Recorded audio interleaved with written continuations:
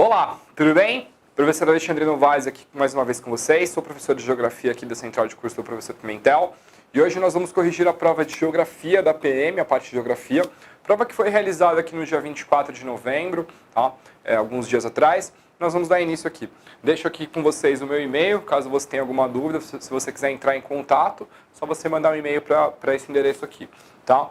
Vamos lá, começar com a primeira, nós vamos fazer da questão 42 até a questão 47, que são as questões de geografia da prova. Vamos lá? Primeira questão, então. Bom, ela traz um trecho, né, de uma matéria, de uma reportagem, que saiu em 2016, né, no portal do Terra. Vamos lá ler a matéria, então. O Reino Unido retornou à colônia de Hong Kong, né, à China, no dia 1º de junho de 1997. Quando o contrato de arrendamento dos novos territórios, firmado entre britânicos e chineses em 1898, é válido por 99 anos, expirou. Apesar do contrato não se referir a Hong Kong, que havia sido entregue aos britânicos em 1842, era impossível separar Hong Kong dos novos territórios por força de entrelaçamento econômico. Então vamos lá, vamos ver o que a questão pede. Tá? Após a colonização britânica, a relação entre Hong Kong e China produziu. Então, vamos lá, é uma questão de história, mas é uma questão que é necessária, é uma questão de geografia, mas que ela demanda do candidato que ele tenha uma carga de conteúdo histórico. Vamos lá. Então, ó, após a colonização britânica, qual que é a relação que estabelece entre Hong Kong e China? Então, esses territórios que o território que a gente conhece hoje como Hong Kong foi entregue, né, à Inglaterra por uma pressão, né, econômica após o fim da Primeira Guerra do Ópio, né, e foram devolvidos em 1997. E aí qual que é a relação que se estabeleceu entre esses dois países? Bom, nós temos a alternativa A, né, Perestroika e Glasnost, que instituiu medidas sociais e políticas centralizadoras pela China. Bom, o enunciado então traz esses dois termos aí, a perestroika e a glasnost. Esses conceitos aqui são leis, né, são políticas que são aplicadas na União Soviética, né, a partir da década de 80, onde elas visavam a abertura e transparência do governo. Tá? Então não se aplicam aqui essa relação entre Hong Kong e China. Então a gente já pode até passar para outra alternativa. Tá? Então, a alternativa B, né, também traz a glasnost e a perestroika, né, então já está fora também. Tá? Um país, dois sistemas, essa é a orientação, porque a gente sabe que a China hoje tem um modelo econômico do socialismo de mercado e Hong Kong, por anos e anos de colonização, né, quase um século de colonização britânica, né, mais de um século, na verdade, de colonização britânica, nós tivemos uma economia capitalista, né? E aí a gente tem a China com esse modelo centralizador da economia e Hong Kong ainda com algumas práticas, até 2047, né? Hong Kong terá essa autonomia. Tá? Então vamos lá, que deu início à exportação de produtos fabricados na China para o resto do mundo. Não foi por essa razão. Né? A China adota esse modelo de exportações, né? Principalmente a partir do governo do Deng Xiaoping, quando é aplicada, né, ela toma uma orientação econômica do socialismo de mercado. Então não tem a ver com essa relação com Hong Kong. Bom, a alternativa D, ela retoma, né, a glasnost e a perestroika, já falamos que não se enquadra, né, e a alternativa E, né, é a alternativa correta, então, né, vamos marcar aqui, então, a alternativa E é a alternativa correta, certo? Que fala em um país, dois sistemas, que garantiu a Hong Kong autonomia socioeconômica. Né? É interessante lembrar disso que nós falamos aqui também, né? Muito provavelmente uma questão de geografia estaria vinculada a algum tema de atualidades. No caso, essa aqui, acho que a escolha pela banca deve-se, né, aos recentes protestos que tiveram início em junho desse ano, né, em Hong Kong, em relação a uma lei, né, que depois ela não foi aplicada, mas era uma lei que gerou uma série de protestos, onde presos políticos, né, poderiam ser extraditados, né, de Hong Kong para a China. Isso gerou uma onda de protestos que até a data de hoje ainda persistem, né, em Hong Kong, e a dura repressão do governo. Tá? Então talvez seja esse o motivo da escolha do tema pela banca. Né? Então, vimos então a alternativa E a correta. Tá? Próxima questão, essa é uma questão que fugiu um pouco da normalidade, né? A prova como um todo, na minha avaliação, uma prova que foi muito tranquila, uma prova relativamente muito fácil, né? Uma prova muito tranquila, essa é uma questão que só destoou um pouco. Mas ainda assim também trabalhamos aqui em aula, né, que uma das questões, pelo menos uma questão, né, deveria ser sobre problemas ambientais, né? Atentamos a isso mais de uma vez aqui nas nossas aulas presenciais e também toda a formação do nosso candidato, nós ressaltamos esse ponto. Tá? E aqui nós temos uma imagem aqui com as correntes marítimas. Né? Essa imagem, inclusive, aparecia no nosso material. Tá? E aqui nós temos, está pedindo para você examinar o fenômeno, né? E aí vamos ver o que o enunciado pede. Tá? Então nós temos aqui, então, considerando a circulação das correntes marítimas, das correntes marinhas superficiais no planeta, percebe-se a conformação de acúmenos, né? O candidato pode ter tido alguma dificuldade em relação a esse termo, né? O que seriam esses acúmenos, né? Acúmenos seriam áreas próprias para habitação, né? Para ocupação humana, né? Então isso não é causado por conta das correntes marinhas, tá? Não tem relação direta com esse fenômeno. Tá? Zonas climáticas dispersoras de gases poluentes, uma alternativa também que não tem nenhuma base, né? Que se relaciona com o problema ambiental.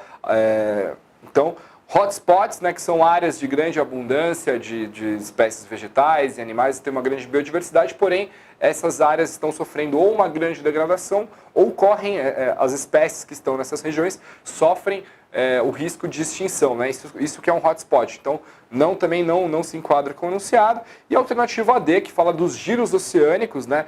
Que são responsáveis pelas recentes ilhas de plásticos, né? Então, que prejudicam o meio ambiente. Então, a gente falou isso aqui também. Com uma grande quantidade de poluentes que são lançados, né, nos oceanos e nos mares, né? Em alguns locais, né, se forma por conta da movimentação, né, trazida por essas correntes, e em algumas regiões se acumulam, né, se acumula em algumas regiões, né, uma grande quantidade de plásticos, de resíduos, tá? E isso é mantido e formado por conta da movimentação dessas correntes marinhas, tá? Então a alternativa correta aqui nessa questão, né, nessa aqui é a letra D, né? É a alternativa correta, tá? E a letra E fala de cadeias meso-oceânicas, não faz sentido, porque isso quem forma essas cadeias meso-oceânicas vem de uma formação geológica, né? Então não se aplica a essa questão. Então a alternativa correta aqui, como já dissemos, é a alternativa D, tá? Giros oceânicos responsáveis pela formação das recentes ilhas de plásticos que prejudicam o meio ambiente. A próxima questão é a questão 44, tá? É uma questão de geografia física, tá? O enunciado dela, né, trata a grande extensão latitudinal do Brasil é um dos fatores que explica a sua rica biodiversidade, com diferentes formações vegetais. Então, também falamos isso aqui nas aulas, né? Haverá necessariamente ao menos uma questão de geografia física, né, que envolverá, então, ou vegetação, ou relevo, né, ou domínios morfoclimáticos, ou a hidrografia, algum tema nesse sentido. Ou esses temas combinados, né, um ou dois desses temas combinados na questão. A questão aqui, no caso, é uma questão sobre vegetação. Então, nós temos duas imagens, né, e uma localização no mapa, né? A primeira imagem, você percebe que é uma imagem, o que você pode perceber dessa? Ó, você percebe que é uma imagem que tem uma vegetação abundante, tá? E você tem aqui troncos retorcidos, certo? Tá? Típica do cerrado. Então, a primeira aqui já nós temos certeza que é o cerrado, tá? A segunda, ele dá uma localização aqui no mapa, né? Pega essa região sul do São Paulo, partes aqui do estado do Paraná, tá? Que seria, como a gente trabalhou também, a vegetação das araucárias, tá? E a terceira aqui, tá? É uma vegetação, você teria que compreender aqui pela imagem, né? A vegetação de campos, né? Como você percebe que é a vegetação de campos? Você percebe que tem o examinador aqui que selecionou essa imagem, né? Se você percebe aqui, ó, você tem animais pastando aqui, né? Então, o que evidencia, e a vegetação rasteira, né? Vegetação gramínea, tá? Típica dos campos, tá? E aí, vamos ver o que ele pede aqui no enunciado. Bom, o que corresponde, né? A alternativa aos números 1, 2 e 3 na tabela. Então, vamos lá. O número 1, tá? A alternativa A. Então, ele vai trazer aqui, ó, essa faixa central aqui do Brasil, tá? Então, que diz respeito ao Cerrado. Então, essa seria essa a primeira parte, tá? Na segunda imagem, a gente tem, de fato, você percebe aqui as araucárias, tá? Então, nós estamos falando dessa vegetação. Então, por enquanto, aqui e aqui estão corretos. E a última que traz aqui a delimitação, né, da vegetação dos campos, né, que a gente viu também que é uma vegetação típica do estado do Rio Grande do Sul, dessa região fronteiriça aqui com o Uruguai, tá? Então, a alternativa A. Por que não pode ser, se a gente for pegar, por exemplo, aqui, ó, a letra B, ó. A letra B está falando das vegetações litorâneas, certo? Não poderia ser, tá? E, então, já foge aqui do nosso enunciado, tá? Só marcar aqui a alternativa correta, tá? É a A, tá? Vamos analisar aqui, então, as outras. Bom, a C aqui também trabalhando de novo, né, as vegetações litorâneas e tal, não poderia. E também a imagem aqui, uma imagem da Amazônia, tá? Um trecho da Amazônia, uma imagem da Amazônia. Na D, está evidenciando aqui, né, a Caatinga, né? Então, está fora, tá? A imagem do meio está correta. E a terceira, o Brasil Central, né, o Cerrado, que não se enquadra com a última imagem. A letra E, correta, a primeira parte, indicando o Cerrado. A segunda, uma imagem que está equivocada, não corresponde à indicação do mapa, pois se trata de uma imagem da floresta amazônica. E a terceira, indicando aqui novamente a Caatinga, certo? Então, a alternativa correta é a alternativa A para essa, tá? Bom, questão 45, uma questão que trata de população, uma questão que trata de demografia, né? O estudo de população, também ressaltamos aqui. Haverá necessariamente ao menos uma questão tratando de demografia, ou seja, do estudo de população, tá? Temos uma tabela aqui, tá elencando aqui os países e as respectivas populações. Dados de 2010, né? Hoje a gente sabe que aumentou um pouco isso aqui. O Brasil, que está aqui no quinto lugar, permanece no quinto lugar, só que a população aumentou um pouco. Nós estamos na casa aqui dos 208, 210 milhões de habitantes. Mas na época, né, nessa casa aqui dos 194 milhões de pessoas, tá? No quinto lugar, ficando atrás aqui da Indonésia, dos Estados Unidos, da China e da Índia. Falamos isso aqui exaustivamente em aula, tá? E aí, então, nós temos, a partir dessa informação, a gente tem que o quê? O Brasil é um país extremamente populoso, tá? Entre as 5 maiores populações do Brasil. Próxima imagem, próximo dado trazido pelo exercício. Nós temos um mapa aqui, tá? E esse mapa, ele vai indicar a população por metro quadrado, tá? Nós podemos perceber aqui, né, que quanto mais escuro a área estiver no mapa, maior a densidade demográfica, maior a concentração de pessoas por metro quadrado. Nós percebemos aqui, então, que se você pega o estado de São Paulo, a região sul, né, a região sudeste e a região sul e a região litorânea do Brasil, tá, são as regiões do país que concentram a maior quantidade de pessoas, tá, e a maior quantidade de pessoas por metro quadrado, por quilômetro quadrado, desculpa. Né, o exercício trata de quilômetro quadrado. Então nós percebemos que no Brasil há uma concentração muito grande de pessoas nessa faixa litorânea e em especial na região sul e sudeste, tá? E existem grandes vazios demográficos, né, na região na região norte, tá? Em trechos aqui da região centro-oeste, tá? Muito por conta da ocupação, né, o fator histórico, né? A ocupação do território brasileiro se deu do litoral, né? Se a gente for pegar na história, do litoral para o interior, tá? Então, por isso que a gente tem essa ocupação mais antiga aqui nessas regiões, tá? E também por conta da dinâmica econômica que centralizou-se aqui no Nordeste, depois para a região Sul, depois para a região Sudeste, né? E a região Norte né, por conta também dos fatores naturais, né? A própria floresta também dificulta a ocupação de fato. Então a gente tem isso, então, o Brasil é um país extremamente populoso, a informação que a gente viu aqui, um país extremamente populoso, porém é um país pouco povoado. Você pensa, você imagina, você consegue perceber através dessa imagem que você tem grandes vazios demográficos no país, coisa que trabalhamos também exaustivamente aqui no nosso curso.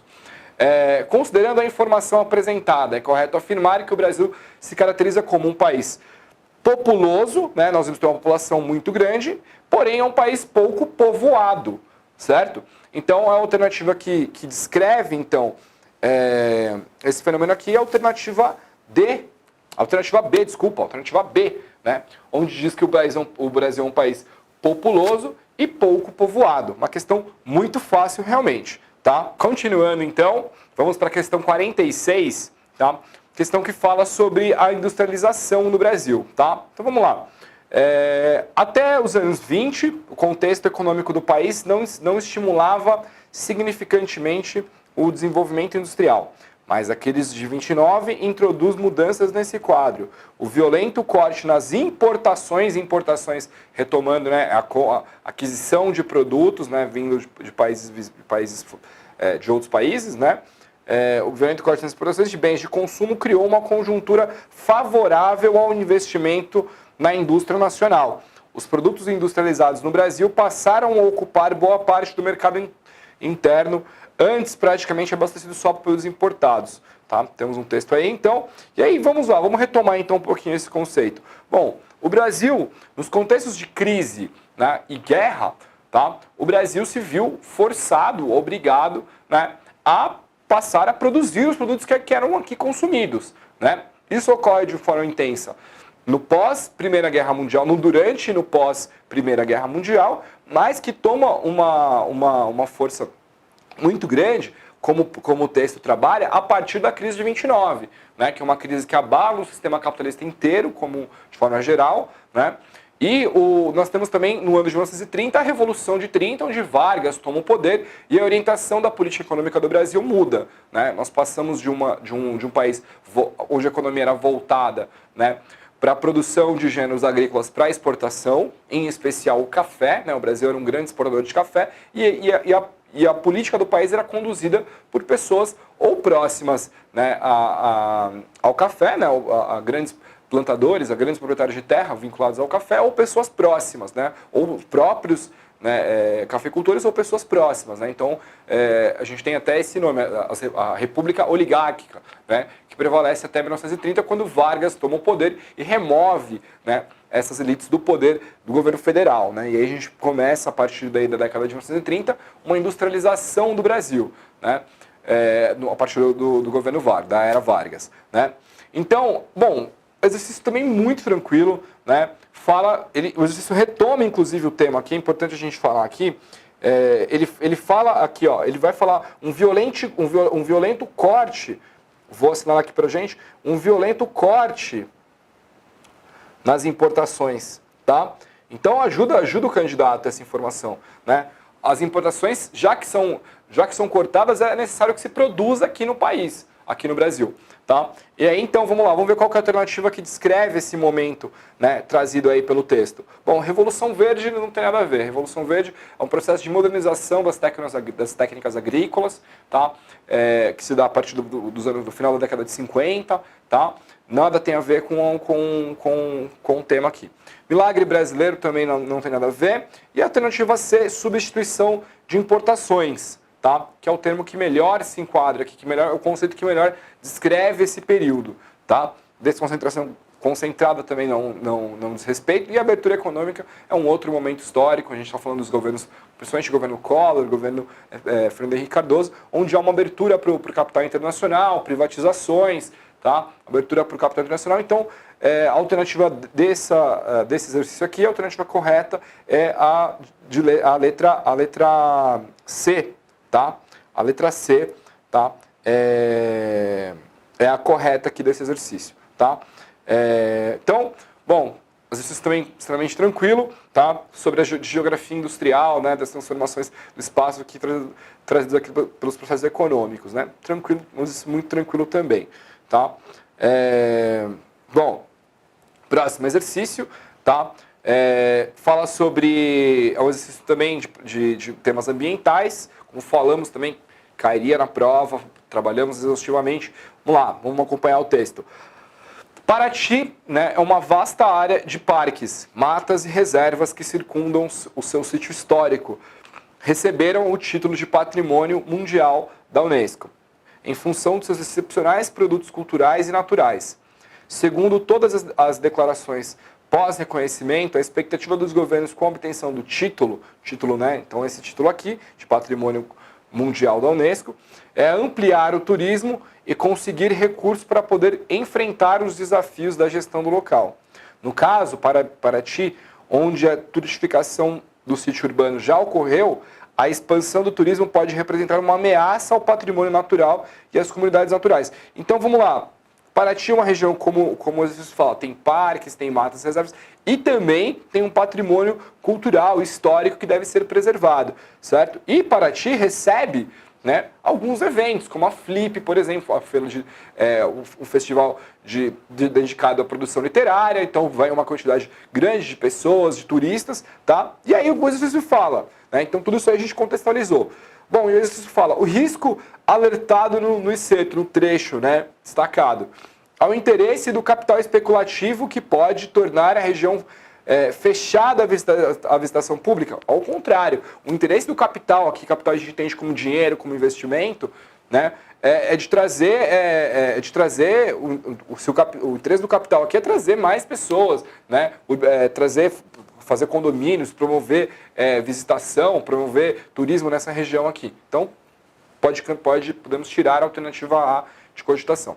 Bom, a B, a preservação dos ecossistemas diante aos desequilíbrios que o aumento do turismo pode provocar. Então é exatamente essa aqui, né? Com esse grande volume de turistas, né, de pessoas visitando, né, a poluição pode aumentar, a degradação desses espaços pode aumentar, né? Então há uma necessidade de preservar tanto a parte, né, dos ecossistemas, como a alternativa está falando, e também a parte de preservação do patrimônio cultural e histórico, que não trata a alternativa, mas que é importante o candidato também ter em mente, porque é tratado também no enunciado, tá? Então a alternativa correta aqui, né, para nós é a alternativa B, né? Tá? Elevado tributo de repasso à Unesco, não tem nada a ver com a proposta do exercício, né?